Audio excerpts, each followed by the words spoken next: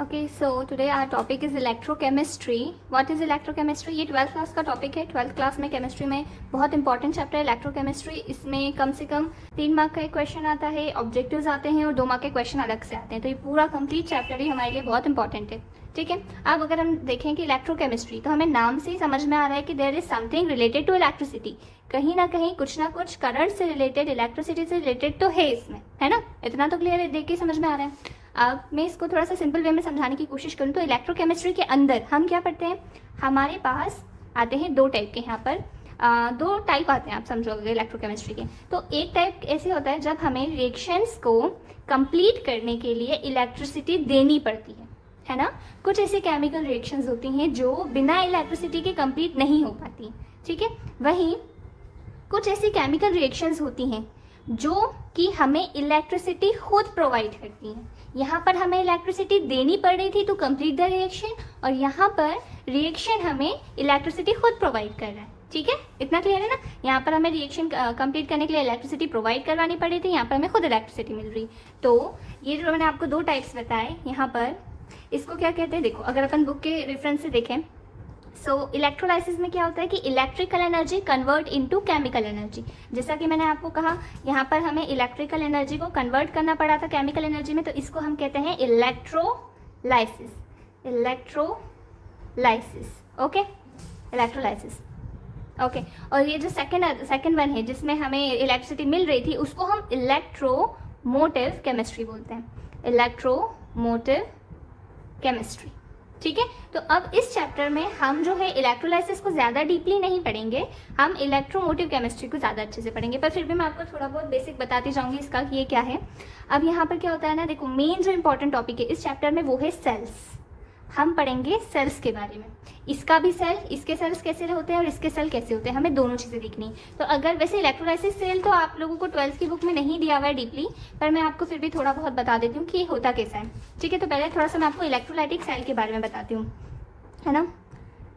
या फिर अपन ऐसा करते हैं, लिसन, पहले मैं थोड़ा सा बेसिक बता देती हूँ इलेक्ट्रोकेमिकल सेल के बारे में. This is one of the most important topic of this chapter. Okay, electrochemical cells. अब इलेक्ट्रोकेमिकल सेल्स क्या होते हैं? ऐसे सेल जिनकी हेल्प से ये सारे काम हम करते हैं. क्या काम करते हैं? जब हम इलेक्ट्रिसिटी को केमिकल एनर्जी में कन्वर्ट करते हैं या फिर केमिकल एनर्जी को इलेक्ट्रिकल एनर्जी में कन्वर्ट करते हैं. ठीक है.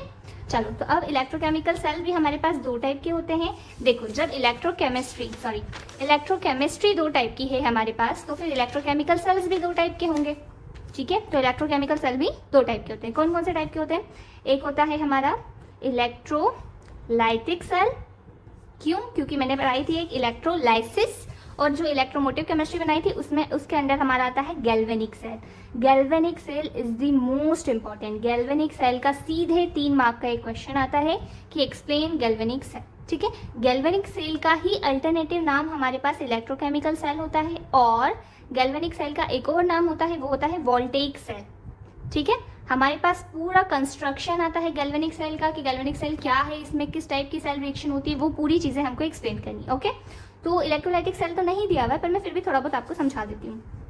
इसमें होता क्या है, बेसिक हमने 2 बीकर्स लिए. ठीक है. अब इसमें हमने डाली इलेक्ट्रोड. अब ये इलेक्ट्रोड क्या होती है, ये चीज़ भी मैं अभी आपको डिटेल में समझाऊंगी, क्योंकि कुछ बच्चों का क्लियर होगा पर कुछ का नहीं होता है. ठीक है.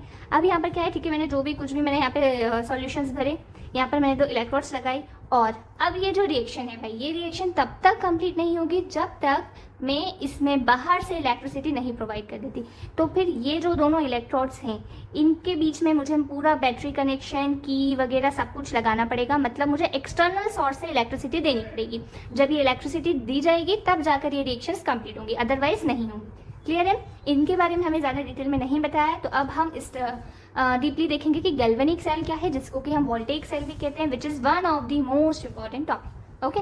चलो, सो देखते हैं हम गैल्वेनिक सेल, और गैल्वेनिक सेल को ही हम कॉमनली कहते हैं इलेक्ट्रोकेमिकल सेल.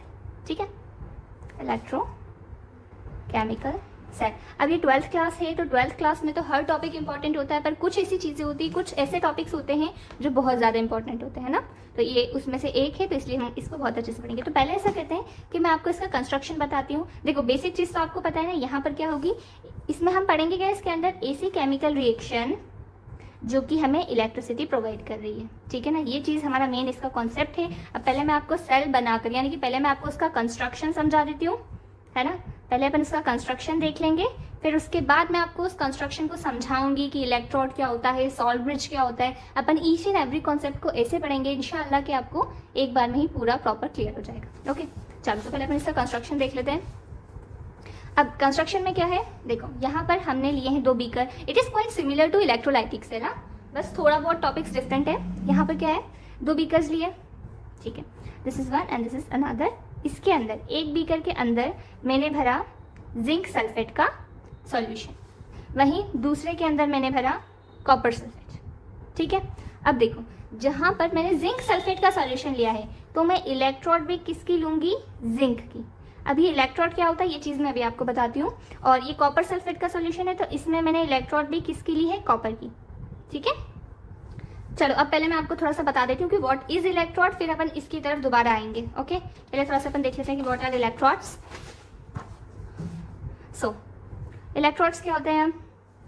इलेक्ट्रोड अगर अपन इसको थोड़ा सा आसानी से देखें तो रॉड, कुछ चीज़ समझ में आ रही है, रॉड। तो यहाँ पर क्या होता है ना, इलेक्ट्रोड में ये होती है मेटल की रॉड्स। इलेक्ट्रोड में क्या होता है, मेटल रॉड्स होती हैं। हर मेटल की अपनी अपनी इलेक्ट्रोड होती है। जैसे जिंक है तो जिंक की इलेक्ट्रोड होगी, कॉपर है तो कॉपर की होगी, हाइड्रोजन है तो हाइड्रोजन की होगी। हर मेटल की अपनी अपनी इलेक्ट्रोड होती है। जो नॉन मेटल्स होते हैं उनकी इलेक्ट्रोड नहीं होती है। ओके, क्योंकि हमें पता है non metal is a bad conductor of electricity और हीट। और यहाँ पर हमने क्या कहा कि यहाँ पर इलेक्ट्रिसिटी बनेगी, तो यहाँ पर तो हम वैसे भी पॉसिबल ही नहीं है ना नॉन मेटल की इलेक्ट्रोड होना। ठीक है, तो इलेक्ट्रोड आपको क्लियर है कि हर मेटल की अपनी अपनी रॉड्स होती हैं, जो कि जब हम, और ये हम कहाँ यूज़ करते हैं, जैसे मैंने अभी जिंक सल्फेट का सॉल्यूशन लिया था तो मैंने उसमें जिंक की इलेक्ट्रोड डाली, और कॉपर सल्फेट का सॉल्यूशन लिया था तो मैंने उसमें कॉपर की इलेक्ट्रोड डाली। ठीक है, चलो तो अब अपन वापस आते हैं अपने डायग्राम की तरफ। यहाँ पर मैंने आपको क्या क्या बताया था, 2 बीकर्स थे, एक में जिंक सल्फेट था, एक में कॉपर सल्फेट। जिंक सल्फेट में जिंक की रॉड, कॉपर सल्फेट में कॉपर की रॉड। ठीक है, अब मेन चीज़ तो मुझे पता है कि यहाँ पर जब ये रिएक्शन कंप्लीट होगी तब इलेक्ट्रिसिटी जनरेट होगी। ठीक है, तो अब इलेक्ट्रिसिटी जनरेट होगी तो मुझे कैसे पता चलेगा, तो इस चीज़ को पता करने के लिए हम क्या करते हैं, मेटेलिक वायर्स की हेल्प से यहाँ पर एक गैल्वेनोमीटर कनेक्ट करते हैं। अब गैल्वेनोमीटर क्या होता है, देखो गैल्वेनोमीटर को हम इस टाइप से एरो से डिनोट करते हैं। इसको भी मैं पहले थोड़ा सा समझा देती हूँ कि गैल्वेनोमीटर क्या होता है। Galvanometer is a device, galvanometer is a device. ये एक डिवाइस है जो कि हमें हेल्प करता है करंट की डायरेक्शन बताने में। गैल्वेनोमीटर की हेल्प से मुझे पता चलता है कि मेरा सर्किट है या मेरा जो भी है उसमें करंट प्रेजेंट है या नहीं। ठीक है, ये इसको ना हम इस टाइप से एरो से डिनोट करते हैं। अब ये एरो डिफ्लेक्ट होता है ना, जैसे मान लो अगर मैंने इसको लगाया और ये एरो इस टाइप से आया, इधर थोड़ा सा इधर की तरफ डिफ्लेक्ट हुआ, तो मुझे क्या पता चल जाएगा कि करंट इस डायरेक्शन में फ्लो हो रहा है। अगर ये गैल्वेनोमीटर इधर डिफ्लेक्ट हुआ तो मैं क्या कहूँगी कि करंट इधर फ्लो हो रहा है। और अगर ये अनडिफ्लेक्टेड रहा तो मैं क्या कहूँगी कि हमारे इसमें करंट फ्लो हुआ ही नहीं है। ठीक है, तो बस करंट की फ्लो, करंट की डायरेक्शन पता करने के लिए मैंने लगा लिया गैल्वेनोमीटर। ठीक है, अब क्या हुआ यहाँ पर, ऑलमोस्ट कंप्लीट है, बस एक चीज़ की कमी है। क्या कमी है, देखो हमने रॉड्स तो कनेक्ट कर दी पर हमारे सॉल्यूशंस अभी भी डिस्कनेक्टेड है। तो सॉल्यूशंस को कनेक्ट करने के लिए, इनके आयंस को एक दूसरे में मूव करने के लिए हमें क्या ज़रूरत पड़ेगी, हमें ज़रूरत पड़ेगी सॉल्ट ब्रिज की। अब ये सॉल्ट ब्रिज क्या है, देखो सॉल्ट ब्रिज क्या होता है, ये इन्वर्टेड यू शेप का होता है। इन्वर्टेड मतलब उल्टा, तो यहाँ पर हमने देखो यू है, इन्वर्टेड यू। ठीक है, ये इन्वर्टेड यू शेप का ये जो है ये क्या है मेरा salt bridge. This is what, sorry salt bridge. अब सॉल्ट ब्रिज में क्या होता है, सॉल्ट ब्रिज का क्या फंक्शन, ये वैसे 2 मार्क का एक क्वेश्चन बन सकता है कि what are the function of salt bridge. तो हमें सॉल्ट ब्रिज के फंक्शंस के बारे में भी पता होना चाहिए कि सॉल्ट ब्रिज का फंक्शन क्या होता है। चलो सॉल्ट ब्रिज के अंदर क्या फील्ड होता है ये मैं आपको बताती हूँ। यहाँ पर डिटेल में अपन पढ़ते हैं सॉल्ट ब्रिज के बारे में। ओके, सॉल्ट ब्रिज देखो, सॉल्ट ब्रिज के अंदर हम क्या करते हैं, सॉल्ट ब्रिज के अंदर हम थोड़े न्यूट्रल इलेक्ट्रोलाइटिक करते हैं। न्यूट्रल इलेक्ट्रोलाइटिक, न्यूट्रल ये टर्म आपकी पढ़ी हुई होगी, 10th में भी आपने पढ़ी होगी। न्यूट्रल मतलब क्या, एक ऐसी चीज़ जो कि ना तो एसिडिक होती है ना तो बेसिक होती है, दोनों के बीच का पार्ट होती है ना, न्यूट्रल। तो न्यूट्रल इलेक्ट्रोलाइटिक क्या कहता है कि मेरा जो ये पूरा सेल है, इस सेल को एक न्यूट्रल माहौल देता है। ठीक है, तो यहाँ पर अब हम क्या करें, ठीक है, हमें पता है कि न्यूट्रल इलेक्ट्रोलाइटिक, अब न्यूट्रल इलेक्ट्रोलाइटिक कौन कौन से हो सकते हैं, सॉल्ट ब्रिज के अंदर हम न्यूट्रल इलेक्ट्रोलाइटिक भरते हैं। ये जो इन्वर्टेड यू शेप का सॉल्ट ब्रिज होता है, इसके अंदर हम क्या भरते हैं, इसके अंदर क्या फील्ड होता है, इसके अंदर न्यूट्रल इलेक्ट्रोलाइटिक होते हैं। जैसे कि फॉर एग्जाम्पल न्यूट्रल इलेक्ट्रोलाइटिक बोले तो KCl, then KNO3, then K2SO4, इन तीनों में से कुछ भी हो सकता है। KCl, potassium chloride, potassium nitride या पोटेशियम सल्फेट, कुछ भी हो सकता है इन तीनों में। न्यूट्रल इलेक्ट्रोलाइटिक कोई सा भी हो सकता है, ठीक है। अब न्यूट्रल इलेक्ट्रोलाइटिक तो मान लो मैंने भर दिया, इसके अंदर मैंने फिल करा, पर ये तो इन्वर्टेड है, ये तो उल्टा है, तो ये हमारे इन बीकर्स में मिक्स क्यों नहीं हो जाता। तो इस चीज़ को रोकने के लिए, मतलब ये जो न्यूट्रल इलेक्ट्रोलाइटिक है ये हमारे सॉल्यूशंस में ना आ जाए, इसको रोकने के लिए हम क्या करते हैं, इसके अंदर यानी कि सॉल्ट ब्रिज के अंदर हम मिलाते हैं agar agar solution, agar agar solution, या फिर हम मिलाते हैं जेलेटिन। तो इसका क्या काम है, इससे क्या होता है, इससे हमारे ये जो सब्सटेंस है ये जेली टाइप के हो जाते हैं। कैसे हो जाते हैं, जेली टाइप के, जेली टाइप के हो जाते हैं, यानी कि सेमी सॉलिड फेस में आ जाते हैं। कैसे फेस में आ जाते हैं, सेमी सॉलिड फेस में, सेमी सॉलिड हो जाते हैं, जिस वजह से ये हमारे इन दोनों में मिक्स नहीं हो पाते हैं। क्लियर है। तो सॉल्ट ब्रिज का फंक्शन क्या है ये भी मैं आपको साथ में बता देती हूँ। देखो क्वेश्चन यहाँ पर आ सकते हैं कि सॉल्ट ब्रिज का क्या फंक्शन है। तो सॉल्ट ब्रिज का मेन फंक्शन ये है कि सॉल्ट ब्रिज की हेल्प से आयंस फ्लो होते हैं एक बीकर से दूसरे बीकर में। ओके, दूसरा क्या काम है कि ये न्यूट्रलिटी को मेंटेन करता है। मेरे हिसाब से तो 2 काफ़ी हैं, आप 2 कर लो, सफिशिएंट रहेंगे। अगर 2 मार्क में भी क्वेश्चन आता है तो अपन क्या कर सकते हैं, एक तो क्वेश्चन को आप मार्क्स के अकॉर्डिंग लिखना है ना। 2 मार्क का अगर क्वेश्चन आता है तो हम एटलीस्ट 2 पॉइंट देकर थोड़ा सा सॉल्ट ब्रिज समझाकर, अगर आपको लगे तो आप थोड़ा सा डायग्राम भी बना सकते हो। ठीक है, तो 2 मार्क के हिसाब से 2 प्रॉपर्टीज काफ़ी रहेंगी, आप उसको एक्सप्लेन कर सकते हो कि सॉल्ट ब्रिज के अंदर क्या क्या होता है। क्लियर। चलो, तो इलेक्ट्रोकेमिकल सेल की कंस्ट्रक्शन यहाँ पर कंप्लीट हुई। यहाँ पर हमने क्या किया, अच्छा हाँ, एक important cheese, sorry I forget, क्या थी वो, ये जो जिंक है यहाँ पर, अब ये जिंक की जो रॉड है, ये रॉड एनोड की तरह बिहेव करेगी। अब एनोड क्या होता है इसको भी डिटेल में पढ़ना पड़ेगा। और ये जो कॉपर की रॉड है ये कैथोड की तरह बिहेव करेगी। एनोड पे हमेशा नेगेटिव चार्ज आएगा और कैथोड पे हमेशा पॉजिटिव करूँगी। अब यहाँ पर क्या होता है, ये जो अपने सेल कंस्ट्रक्ट करा है इसमें क्या था, बीकर से सॉल्यूशन भरे, जिस जोन सा सॉल्यूशन था उसकी इलेक्ट्रोड, इधर भी जोन सा सॉल्यूशन था उसकी इलेक्ट्रोड रखी, बीच में हमने गैल्वेनोमीटर लगाया इधर, है ना। ये पूरा हमारा सॉल्ट ब्रिज लग गया, इसमें हमने जो भी भरना था भर दिया, ये पूरा हमारा एक इलेक्ट्रोकेमिकल सेल बनकर तैयार हो गया है। अब यहाँ पर होगा क्या, यहाँ पर अब क्या होगा, देखो अब जो ऑब्जर्वेशन हम करेंगे सेल बनाने के बाद वो ये होगी, ऑब्जर्वेशन सब हम देख लें पहले कि होगा क्या। हमें क्या यहाँ पर दिखेगा कि ये जो गैल्वेनोमीटर है ना ये डिफ्लेक्शन शो करेगा, मतलब अभी ये अनडिफ्लेक्टेड है ना। देखो ये गैल्वेनोमीटर अभी कुछ इस टाइप का है, अनडिफ्लेक्टेड है। अब जब ये गैल्वेनोमीटर या तो इधर की तरफ मुड़ेगा या तो फिर ये इधर की तरफ मुड़ेगा, इसको हम डिफ्लेक्शन कहते हैं, है ना, ये डायरेक्शन बताता है। तो ये गैल्वेनोमीटर क्या करेगा, डिफ्लेक्शन शो करेगा, किधर की तरफ की, ये गैल्वेनोमीटर हमें इधर की तरफ की रिफ्लेक्शन शो करेगा। इससे मुझे क्या पता चल जाएगा कि करंट इधर की तरफ फ्लो हो रहा है। ठीक है, जो डायरेक्शन ऑफ करंट है वो इधर लेफ्ट टू राइट है। अब ठीक है, पहला ऑब्जर्वेशन समझ में आ गया था, डायरेक्शन ऑफ, ठीक है, द डायरेक्शन इंडिकेट कि हमारा जो इलेक्ट्रॉन है जिंक से कॉपर की तरफ जा रहा है। ओके, ये छोड़ो। अब इंपॉर्टेंट चीज़ यहाँ पर क्या होगा कि ये जो जिंक की इलेक्ट्रोड है, ये जिंक की इलेक्ट्रोड अपना मास लूज कर देगी। मतलब यहाँ पर क्या होगा कि ये जिंक की इलेक्ट्रोड है, इस पे जिंक के आयंस होंगे, पर क्या होगा with the passage of time zinc के जो आयंस हैं वो इसके सॉल्यूशन में जाकर मिल जाएंगे। जिंक की रॉड अपने इलेक्ट्रॉन्स लूज कर देगी, है ना। जिंक की जो रॉड है, इधर बताऊँ, अच्छा ठीक है, यहाँ पर देखते हैं, जो जिंक है, जिंक की जो रॉड है वो अपने आयंस को क्या कर रही है, लूज कर रही है, दे रही है। ठीक है, और वहीं ऑन द कॉन्ट्ररी कॉपर के साथ क्या हो रहा है कि कॉपर की आयंस जो है, सॉरी कॉपर के जो इलेक्ट्रोड है वो आयंस गेन कर रही है। कॉपर सल्फेट में से आयंस जाकर इसके ऊपर डिपॉजिट हो रहे हैं, चिपक जा रहे हैं, जिसकी वजह से क्या हो रहा है, इसमें और ज़्यादा इसके आयंस में और इजाफा हो रहा है। मतलब एट द एंड मुझे क्या पता चला कि जिंक ने क्या करे, आयंस को दे दिया और कॉपर ने आयंस को ले लिया। बस इसी को हम कहते हैं, जो इलेक्ट्रोड आयंस को दे देती है वो एनोड, जो इलेक्ट्रोड आयंस को गेन कर लेती है वो कैथोड। सिंपल वे में और बताऊं अगर तो एनोड पर होता है ऑक्सीडेशन। ऑक्सीडेशन मतलब स्पेलिंग गलत हो गई, ऑक्सीडेशन। एनोड पे होता है ऑक्सीडेशन। ऑक्सीडेशन मतलब क्या कि इलेक्ट्रॉन जो कि आयंस को लूज करे, ऑक्सीडेशन मतलब लूज ऑफ आयंस।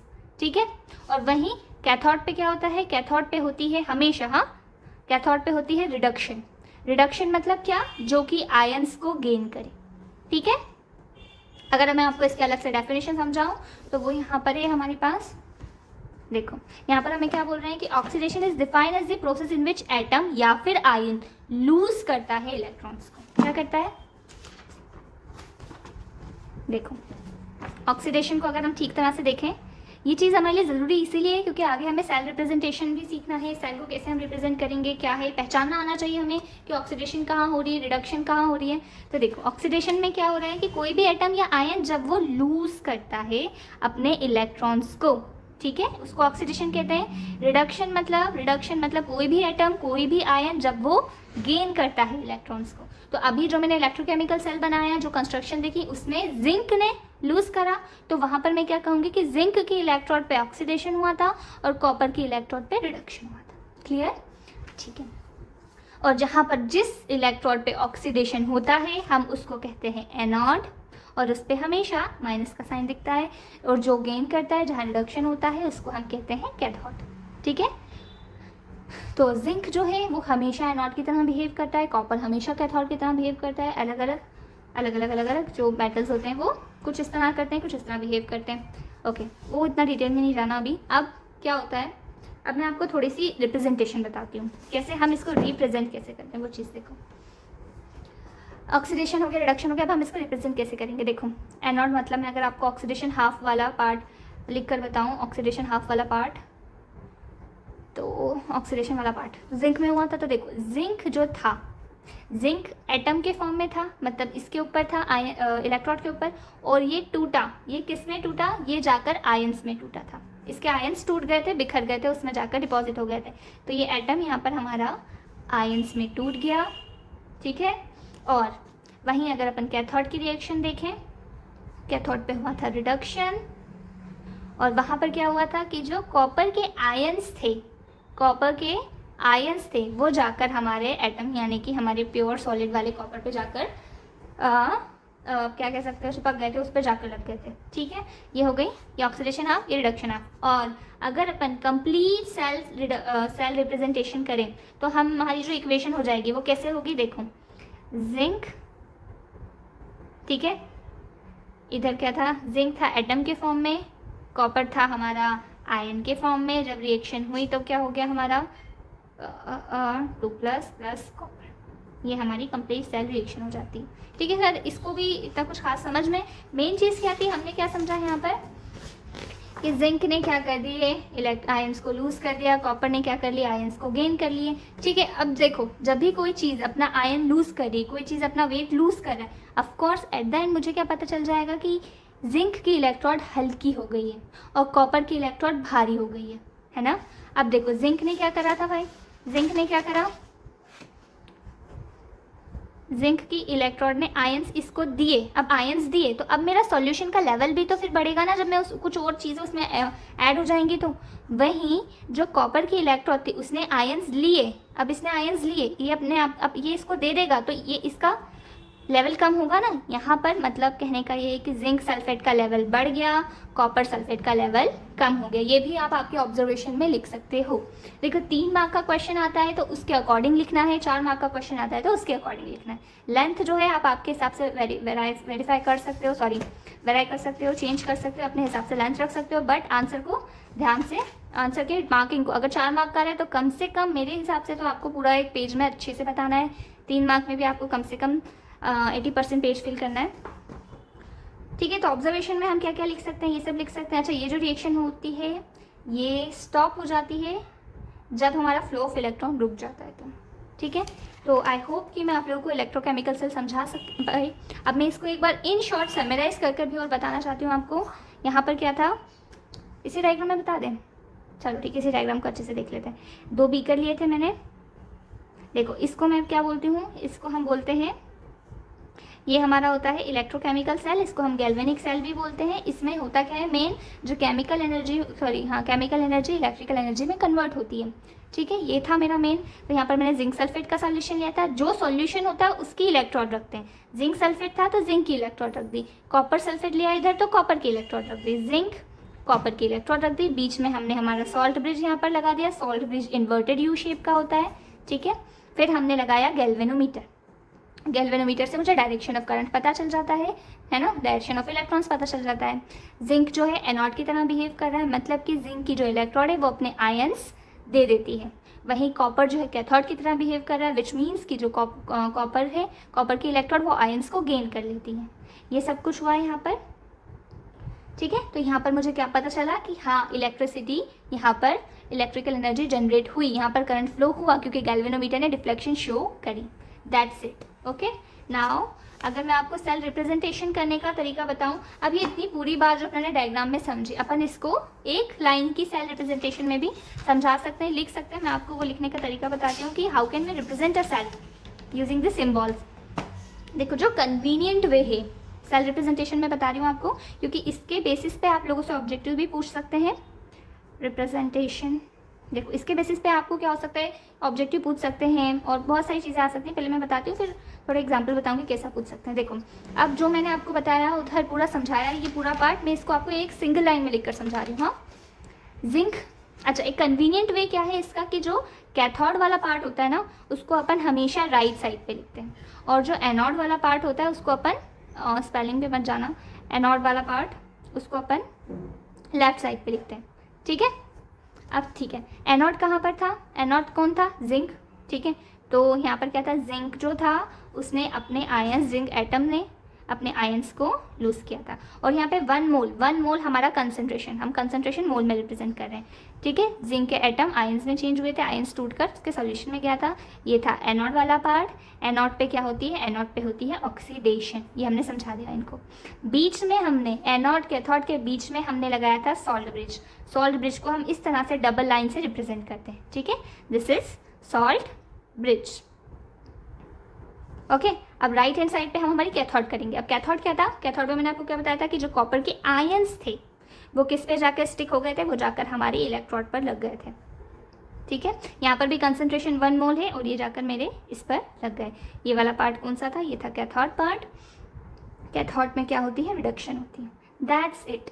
इसको हम पढ़कर समझ सकते हैं कि देखो अब क्या होता है, ऑब्जेक्टिव कैसे आ सकते हैं, ऑब्जेक्टिव्स कैसे आ सकते हैं इसमें, ऑब्जेक्टिव्स ऐसे आ सकते हैं कि आपको ऐसे ही कोई सेल रिएक्शन दे देंगे, किसी भी सेल को ऐसे रिप्रेजेंट कर देंगे। अब आपको एक तो ये देख के समझना है कि एटम आयन में कन्वर्ट हो रहा है, मतलब एनोड, मतलब ऑक्सीडेशन हो रही है। यहाँ पर देखिए क्या समझना है, आयन एटम में जा रहा है, मतलब कैथोड पे होगी ये रिडक्शन। ऑब्जेक्टिव ऐसे आते हैं कि आपसे सेल रिप्रेजेंटेशन कोई सा भी सेल दे दिया है ना, फिर आपसे पूछेंगे कि बताओ कि यहाँ पर रिडक्शन हाफ कौन सा। देखो इसको कहते हैं ऑक्सीडेशन हाफ, इसको कहते हैं रिडक्शन हाफ, और ये दोनों मिलकर हमारा एक कंप्लीट सेल बनाते हैं, ठीक है। इसको हाफ सेल बोलते हैं, इसको भी हाफ सेल बोलते हैं, और ये दोनों मिलकर एक कंप्लीट सेल बनाते हैं। तो हमसे ऑब्जेक्टिव कैसे आ सकता है कि बताओ कोई भी रिएक्शन दे दी और पूछा बताओ इसमें रिडक्शन हाफ कौन सा है। अब आपको रिडक्शन की कंडीशन पता होनी चाहिए कि हाँ रिडक्शन में क्या होता है कि आयंस जो होते हैं वो जाकर इलेक्ट्रोड पे हमारे स्टिक हो जाते हैं, तो आप देखकर बता सकते हो। और ये कौन से पे होता है, ये कैथोड पे होता है। और मैंने आपको एक ट्रिक बता ही दी है कि रिडक्शन हाफ को या फिर कैथोड को हम ज़्यादातर राइट हैंड साइड पे शो करते हैं, तो जो राइट हैंड साइड वाला होगा वो आपका क्या हो जाएगा यहाँ पर, रिडक्शन हाफ। इसी तरह से आपसे क्या पूछ सकते हैं, अच्छा बताओ रिप्रेजेंट, कोई भी सेल दे दिया, पूछा कि बताओ एनोड कहाँ पर है, आपको पता होनी चाहिए कि एनोड पे क्या होता है ना। तो और वो एनोड ज़्यादातर लेफ्ट साइड पे होता है, वो भी अपन ईजिली बता सकते हैं। That's it.